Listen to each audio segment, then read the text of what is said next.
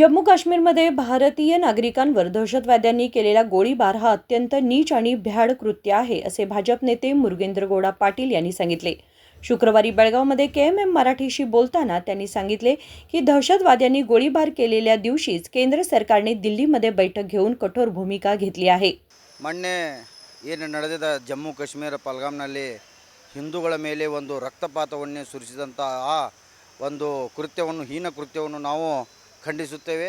ಹಾಗೂ ನಮ್ಮ ಮಾನ್ಯ ಪ್ರಧಾನಮಂತ್ರಿಗಳಾದ ನರೇಂದ್ರ ಮೋದಿಯವರು ಅದಕ್ಕೆ ತಕ್ಕ ಉತ್ತರವನ್ನು ಕೊಡುತ್ತಾರೆ.